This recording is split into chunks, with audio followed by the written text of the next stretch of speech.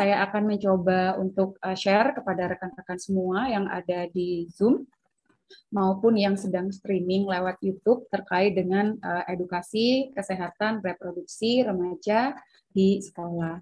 Nah, mungkin nanti saya akan mencoba untuk membahas dari beberapa teori-teori yang bisa kita terapkan nantinya untuk bisa menjadikan sebuah topik yang bisa diberikan kepada remaja, dimulai dari makna kesehatan reproduksi sampai dengan mungkin yang saat ini sedang melanda kita, ini sedikit saya angkat mengenai dampak COVID-19 terhadap kesehatan reproduksi remaja. Semoga nanti bisa menjadi isu-isu, barangkali bisa menjadi isu-isu penelitian maupun isu-isu di bidang pendidikan untuk Bapak Ibu rekan-rekan yang ada di ruang Zoom maupun di YouTube. Nah, mungkin yang pertama saya awali Bapak Ibu sekalian ini terkait dengan kenapa kita harus membahas kesehatan reproduksi terutama di tengah-tengah pandemi COVID-19 ini. Jadi kadang kita tidak bisa menutup mata gitu ya. Di tengah-tengah pandemi COVID-19, masalah kesehatan reproduksi ini juga masih menjadi hal yang patut menjadi perhatian kita bersama. Kalau kita lihat, ini saya angkat dari beberapa headline berita-berita nasional, bahkan dari salah satu kasus ini sempat menjadi berita nasional yang bisa kita saksikan bersama di televisi, gitu ya.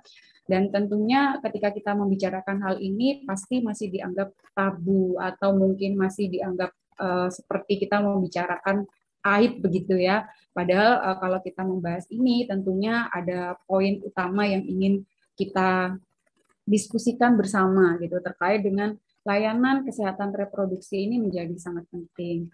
Apalagi di sini memang saat ini kita tidak bisa menutup mata arus teknologi yang semakin deras membuat para remaja-remaja kita, terutama yang ada di Indonesia ini, kita tidak bisa menutup mata, begitu ya, bagaimana mereka menggunakan media sosial, bagaimana mereka memanfaatkan teknologi yang mungkin tidak tepat, sehingga berdampak pada ya kasus-kasus yang bisa kita lihat seperti yang saya sampaikan ini. Jadi mungkin ini di awal sedikit saya kupas begitu ya, bagaimana pentingnya kita memberikan pelayanan kesehatan reproduksi pada remaja ini. Nah, berikutnya ini saya coba ambil dari data-data berdasarkan Kementerian Pemberdayaan Perempuan dan Perlindungan Anak. Di sini ada data yang menyampaikan bahwa sepertiga dari perempuan di seluruh dunia ini melahirkan sebelum usia 20 tahun. Ya, tentunya ini kalau kita berbicara usia sebelum 20 tahun, artinya akan berdampak banyak. Ya, karena memang dari sisi usia, dari sisi kematangan organ reproduksi memang masih belum sesuai. Ditambah lagi mungkin dengan beberapa permasalahan belum matangnya seseorang ketika pada usia remaja gitu ya, sudah menikah atau bahkan melahirkan. Nah, ini tentunya akan memberikan beberapa dampak, nanti akan saya coba bahas. Kemudian yang berikutnya dari studi ini juga disampaikan bahwa remaja yang hamil mengalami peningkatan resiko kematian akibat komplikasi kehamilan itu akan semakin tinggi. Ya, jadi kalau pada remaja-remaja yang hamil gitu ada masih usia dalam usia rentang usia remaja, ini ternyata dari beberapa hasil riset menyampaikan bahwa mereka punya resiko yang lebih tinggi untuk mengalami kelahiran prematur maupun abortus, kondisi-kondisi abortus. Kemudian data-data yang lain ternyata ini juga ditemukan bahwa banyak sekali kasus-kasus aborsi ya. Ini juga bisa kita cross-check dari beberapa headline pemberitaan nasional yang bisa kita saksikan seperti itu terkait dengan kejadian-kejadian aborsi pada remaja. Tentunya ini berawal dari mungkin hubungan-hubungan hubungan antara laki-laki dan perempuan ya, di antara remaja atau kita mengenalnya dengan istilah pacaran. Kemudian lahirlah sampai dengan kehamilan yang tidak diinginkan. Ternyata ini data-datanya juga masih sangat tinggi. Kemudian ini saya coba ambil juga dari data-data riset kesehatan dasar dari Kemenkes ya, bahwa ternyata usia remaja ini masih menyumbang angka yang cukup signifikan terkait dengan prosentase HIV/AIDS. Ya, jadi dari mungkin usia, kalau bisa kita lihat dari usia 15 sampai 19 tahun, 3,5%. Mengingat ini masih dalam usia remaja, bisa kita bayangkan mereka terdiagnosis HIV atau AIDS pada usia-usia di mana mereka masih harus mengembangkan potensi ya seharusnya sebagai generasi muda. Sehingga ini perlu menjadi perhatian kita bersama Bapak Ibu sekalian. Jadi memang betapa pentingnya tadi ketika kita memang membahas perawat kesehatan sekolah. Nah, kemudian kalau kita berbicara kesehatan reproduksi, di sini mungkin yang perlu kita samakan persepsinya adalah bahwa kesehatan reproduksi tidak semata-mata kita menganggapnya hanya dari kesehatan fisik, tapi juga kesehatan mental dan sosial terkait dengan kesehatan reproduksi itu sendiri. Jadi bagaimana dampak dari kesehatan fisik si remaja, kesehatan reproduksi remaja itu bisa berdampak kepada kesehatan mental maupun hubungan sosial mereka. Nah, lalu berikutnya ini saya sedikit bercerita juga terkait dengan bagaimana tadi proses ya remaja ini bisa berdampak pada generasi-generasi berikutnya. Jadi kalau kemarin saya sempat menjadi anggota riset begitu terkait dengan bagaimana kompetensi seorang ibu muda atau kita mengenalnya dengan competence mothering, ya. Kompetensi ibu muda dalam melakukan perawatan pada bayi maupun perawatan pada dirinya sendiri. Itu saya sempat melakukan riset itu bersama dengan ketua tim. Nah, jadi bagaimana seorang ibu-ibu muda, terutama yang kita potret waktu itu adalah ibu-ibu muda yang ada di wilayah pedesaan. Bagaimana kompetensi mereka dalam melakukan perawatan pada dirinya maupun pada bayinya dan juga pada keluarganya. Ternyata dari beberapa pengalaman itu, dari beberapa hasil riset itu, rata-rata hampir seluruhnya para ibu muda ini tidak kompeten terkait dengan bagaimana mereka melakukan perawatan baik pada dirinya, keluarga, terutama juga pada bayinya. Alasannya satu, karena faktor orang tua, keterlibatan orang tua itu masih kalau di wilayah pedesaan ya, mungkin kalau di wilayah perkotaan ini saya belum pernah melakukan. Cuman kalau di pedesaan memang faktor nenek. Nah, itu masih menjadi poin utama. Kemudian yang kedua, faktor karena mereka memang tidak punya kompetensi, karena takut ya merawat bayinya, karena dia masih muda, ibaratnya dia masih merasa masih kecil gitu ya. Takut misalkan kita contohkan memandikan, misalkan masih takut tenggelam bayinya, masih belum bisa, masih takut pusarnya itu infeksi dan lain semacamnya. Itu beberapa fenomena yang coba kita potret dari kompetensi ibu muda. Nah, tentunya ini akan berdampak juga karena apa? Pentingnya skin to skin ya, kalau masih pada 1000 hari pertama kehidupan itu bagaimana kontak dengan bayi, bagaimana memanage dengan suami maupun dengan keluarganya. Nah, tentu ini perlu kita berikan edukasi saat berada di siklus remaja ini.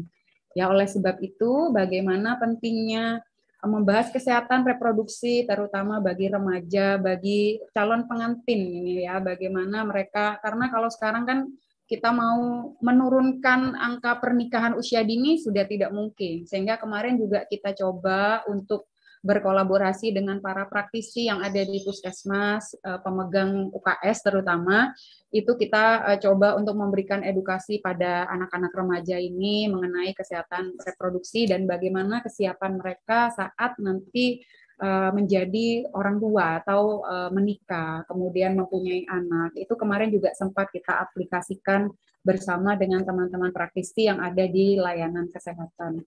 Dan juga kami juga sempat berkolaborasi dengan BKKBN, itu juga memberikan edukasi kepada anak-anak yang ada di sekolah ya, terutama saat pandemi belum melanda negara kita. Kebetulan juga saya dulu pernah menjadi anggota genre atau generasi berencana, itu juga kita gencar sekali memberikan atau menjadi edukator sebaya gitu ya. Jadi saat saya bergabung di genre itu atau generasi berencana itu, kita juga memberikan edukasi-edukasi terkait dengan bagaimana pematangan usia pernikahan, bagaimana mempersiapkan pernikahan, yang tentunya itu akan menjadi sangat penting karena akan berdampak pada siklus kehidupan berikutnya. Nah, kemudian, ini kita ketahui rekan-rekan semua bahwa kesehatan reproduksi ini juga akan sangat berdampak pada optimalisasi 1000 hari pertama kehidupan.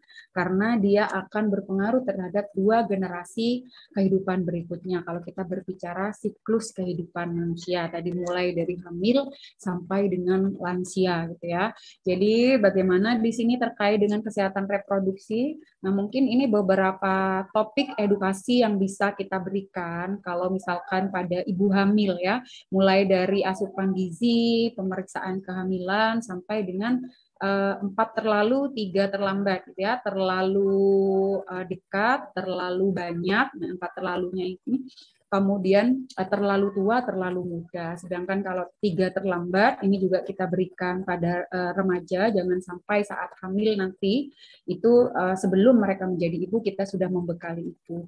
Terlambat untuk mengambil keputusan, terlambat untuk sampai pada fasilitas kesehatan, dan terlambat mendapatkan penanganan. Nah, mungkin itu juga yang saat ini terjadi pada pasien-pasien COVID ya, 3 terlambat ini.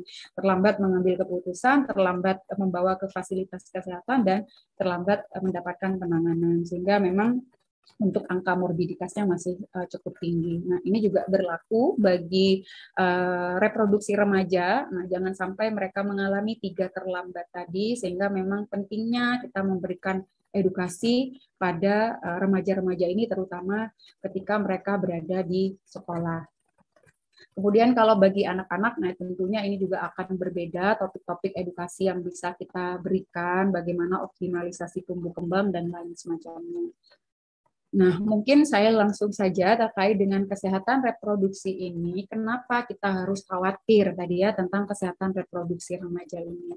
Karena kita ketahui bahwa remaja ini adalah mereka akan menjadi orang tua di masa depan. Nah, itu yang mungkin tadi sempat disinggung oleh Pak Siki tadi di awal sambutannya beliau, gitu ya, bahwa memang mereka akan menjadi orang tua yang juga akan melahirkan generasi berikutnya.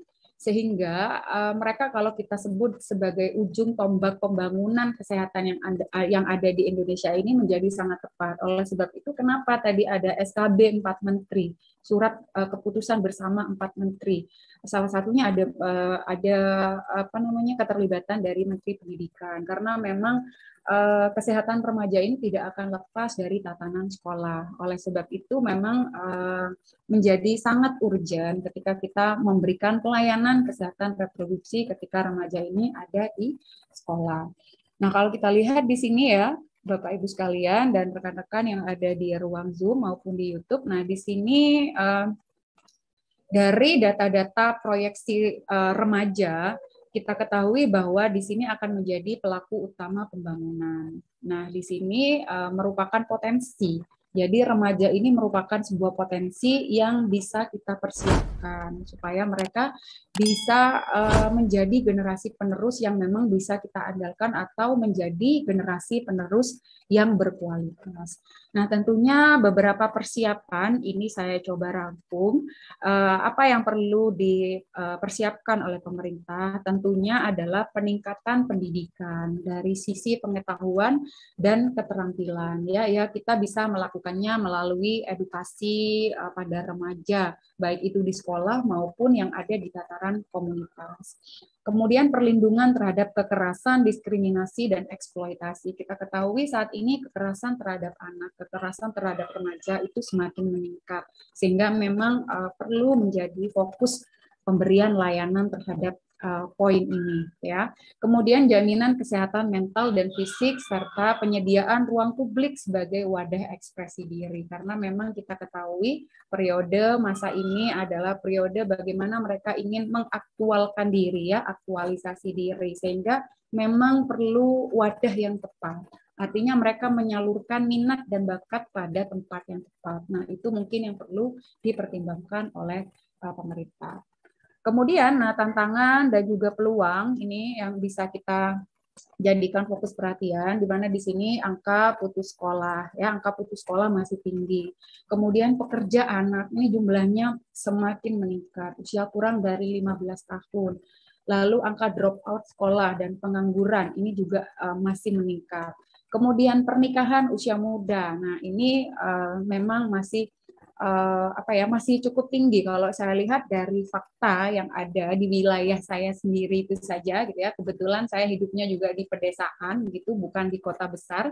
Jadi memang angka pernikahan usia dini ini masih banyak sekali terjadi di masyarakat kita. Ya, alasannya beragam. Jadi misalkan seperti mereka putus sekolah ya, kehamilan yang tidak diinginkan itu memang masih banyak terjadi, bahkan juga dijodohkan itu juga masih cukup tinggi dan kita tidak bisa menutup mata untuk bisa mengetahui fakta itu. Kemudian yang berikutnya adalah hubungan seksual ya.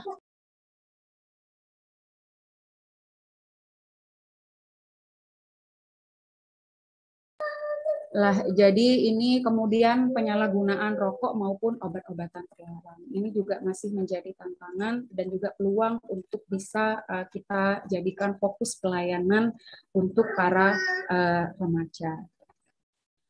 Kemudian, nah ini masuk kepada topik berikutnya, Bapak Ibu sekalian, terkait dengan permasalahan kesehatan reproduksi pada remaja.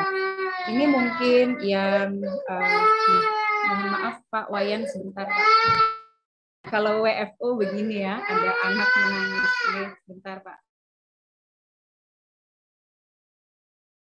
Oke, tidak apa-apa. Ya, inilah memang kita di masa pandemi ada beberapa opsi ya, ada WFH dan WFO. Kalau WFO mungkin bisa konsen semua ya, kalau WFH ya. Jadi inilah bagian dari proses yang diajarkan oleh Halam saat ini, bagaimana kita bisa tetap bekerja dan sekaligus juga bisa tetap mengurus keluarga. Mohon maaf, teman-teman yang ada di ruang Zoom maupun di ruang YouTube, ini waktunya jeda sedikit karena ada sesuatu dan lain hal. Bagi teman-teman yang ingin bertanya, silakan siapkan pertanyaannya. Dan selanjutnya, nanti setelah paparan yang kedua, silakan nanti saudara-saudara bisa menanyakan secara langsung. Dan yang selanjutnya, bagi yang tidak berkenan bertanya langsung, silakan nanti menulis di ruang chat. Nah, silakan Bu Sri, lanjutkan. Ya, ini tantangannya kalau WFH begitu ya Pak. Jadi ada anak-anak menangis, mohon maaf. Baik, saya lanjutkan. Jadi terkait dengan permasalahan kesehatan reproduksi, ini dari beberapa data, baik itu dari data penelitian, di sini disampaikan bahwa memang yang paling banyak atau dominan adalah kehamilan di luar pernikahan atau kehamilan yang tidak diinginkan. Kita menyebutnya TPATD. Kemudian yang berikutnya, Bapak Ibu sekalian, adalah aborsi. Tentunya ini tadi beberapa data sudah sempat saya sampaikan di awal. Kemudian, nah, pernikahan dini ini mungkin yang banyak sekali kalau saya lihat ya. Fenomenanya memang tadi sudah sempat saya sampaikan, terutama di wilayah pedesaan ya, masih di masyarakat kita yang terpencil, juga masyarakat pedesaan, angka pernikahan dini ini juga cukup tinggi. Kemudian seks bebas dan nafsa, nah ini tentunya di dalam revolusi industri 5.0 ini tentunya kebebasan dalam mengakses beberapa media ini tentunya juga akan berdampak pada seks bebas maupun nafsa pada remaja. Kemudian penyakit menular seksual. Ini adalah beberapa permasalahan mengenai kesehatan reproduksi pada remaja yang memang masih perlu kita jadikan sebagai fokus utama kita dalam memberikan pelayanan kesehatan reproduksi pada remaja. Nah, kemudian ini adalah kondisi sebelum COVID-19 dari SDKI 2017. Di sini beberapa data, ya. Ini adalah data-data kondisi remaja kita, Bapak Ibu sekalian, di mana di sini hubungan seksual seksual pranikah itu 8% ini adalah oleh dilakukan anak laki-laki dan 2% perempuan. Ini mungkin kalau kita berbicara data barangkali sama seperti kasus HIV ya, seperti fenomena gunung es gitu. Barangkali yang tampak datanya hanya di permukaan, tapi di bawahnya itu pasti akan banyak sekali data-data yang mungkin belum kita ketahui gitu ya. Kemudian terkait dengan penggunaan kondom, ini 49% remaja perempuan. Jadi ya karena yang disurvei ini adalah usia remaja. Ini sudah menggunakan Bapak Ibu sekalian. Kemudian kehamilan yang tidak diinginkan, ini 16% kontribusinya, dan 8% ini berusia 20 sampai 24 tahun. Sedangkan pada usia 15 sampai 19 tahun itu berkontribusi 16%. Kemudian kalau kita lihat aborsi, Bapak Ibu sekalian, 23% anak perempuan ini pernah melakukan aborsi.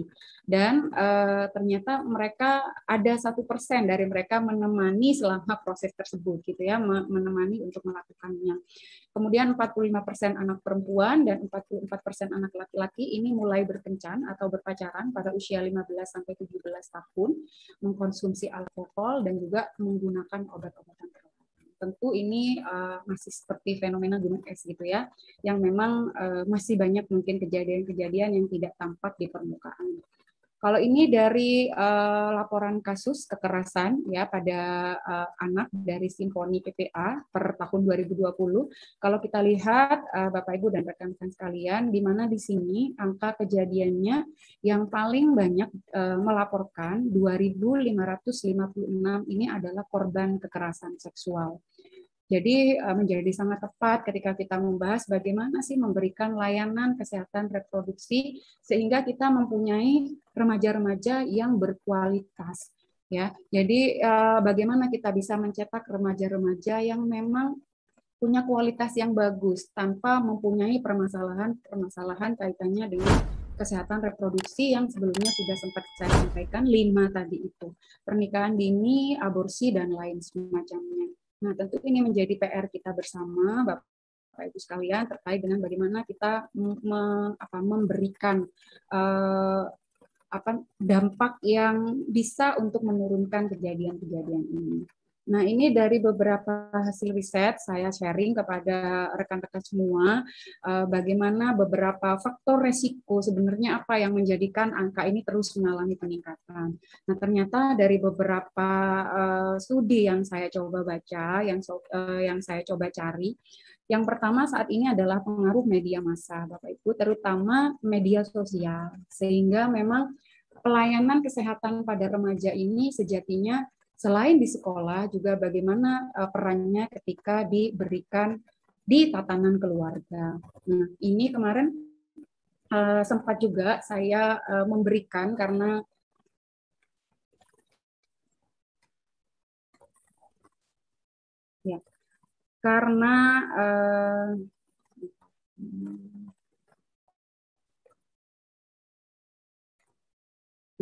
karena kemarin seperti yang tadi saya sampaikan, risetnya itu berkelanjutan begitu.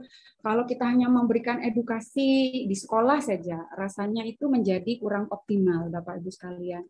Jadi memang penting perawat-perawat terutama yang di puskesmas, kemarin itu juga kita berkolaborasi dengan perawat yang ada di puskesmas terkait dengan bagaimana memberikan pendampingan tadi pada remaja-remaja yang akan menikah terutama, kemudian bagaimana memberikan pendampingan tadi pada ibu-ibu muda tadi, kita juga melakukan kunjungan rumah 1 minggu itu 1 kali sampai 2 kali kita melakukan kunjungan ya, memberikan pendampingan supaya mereka sampai dengan kompeten gitu. Dan juga bagi para remaja ini bagaimana supaya mereka juga bisa kompeten waktu itu terkait dengan kesehatan reproduksi, kaitannya dengan bagaimana mereka menjaga kesehatan reproduksinya. Jadi kita melakukan pendampingan sampai melakukan ke kunjungan rumah. Karena kalau hanya bicara edukasi saja gitu ya di sekolah itu rasanya kurang optimal. Nah, tentu di sini kita libatkan peran orang tua yang tentunya saat ini mungkin sedang WFH gitu ya, harusnya ini bisa lebih guyup lagi kaitannya dengan anak-anak, tapi ternyata kondisinya tidak demikian ya, justru memberikan dampak stres dan lain semacamnya. Nah, tentunya sebagai orang tua ini perlu bijak dalam memantau remajanya supaya bisa menggunakan media massa dengan bijak, terutama media sosial. Kemudian, nah ini kurangnya dukungan atau perhatian orang tua, terutama mungkin bagi orang tua yang bekerja. Bahkan juga kita tidak bisa menjamin orang tua yang tidak bekerja pun juga ternyata belum pasti memberikan dukungan yang optimal, karena tadi mungkin akibat ketidaktahuan atau mungkin akibat ya memang karena tidak ada waktu gitu ya. Jadi mereka terlalu fokus untuk melakukan pekerjaannya, sehingga perhatian dan dukungan pada remaja ini menjadi berkurang. Kemudian yang berikutnya, nah ini yang masih banyak terjadi di masyarakat kita, Bapak Ibu sekalian, membicarakan kesehatan seksual itu masih dianggap tabu.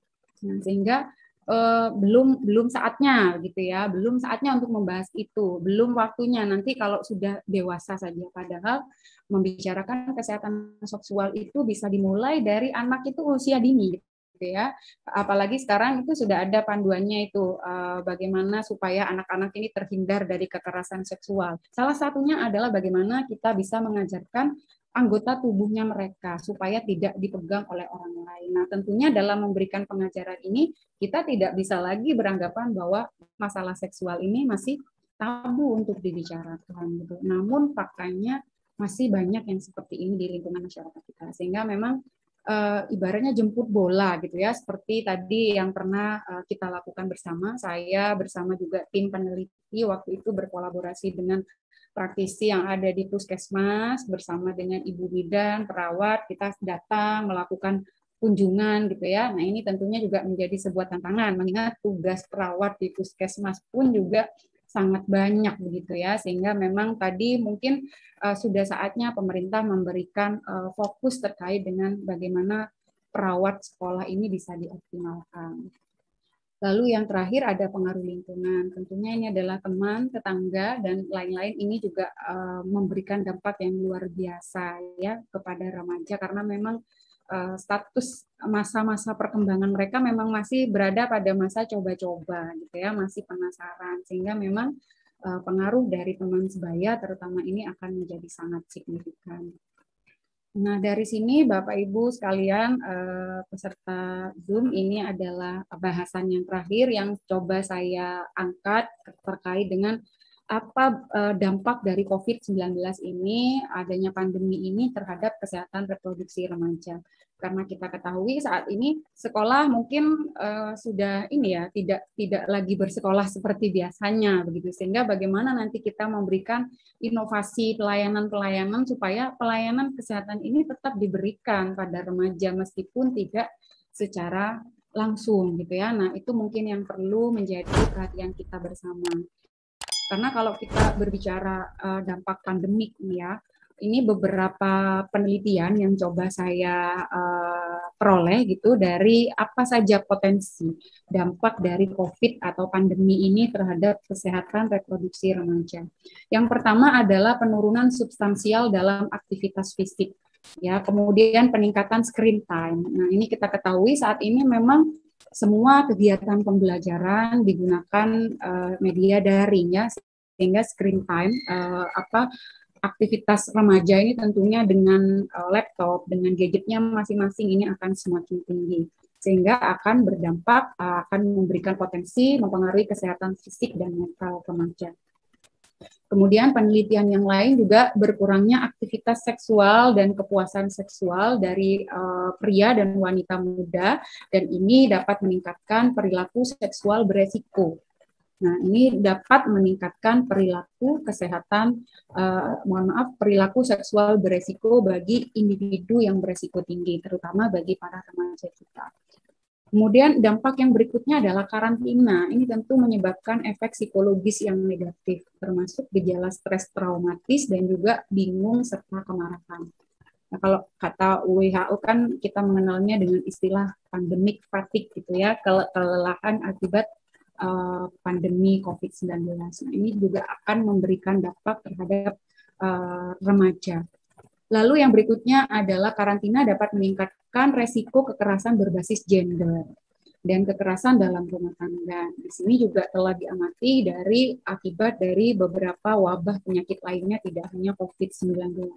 Nah, tentunya ini bagaimana meminimalisir semua dampak ini. Fokus layanan saat ini memang kita fokuskan pada bagaimana menangani COVID-19. Tapi kita juga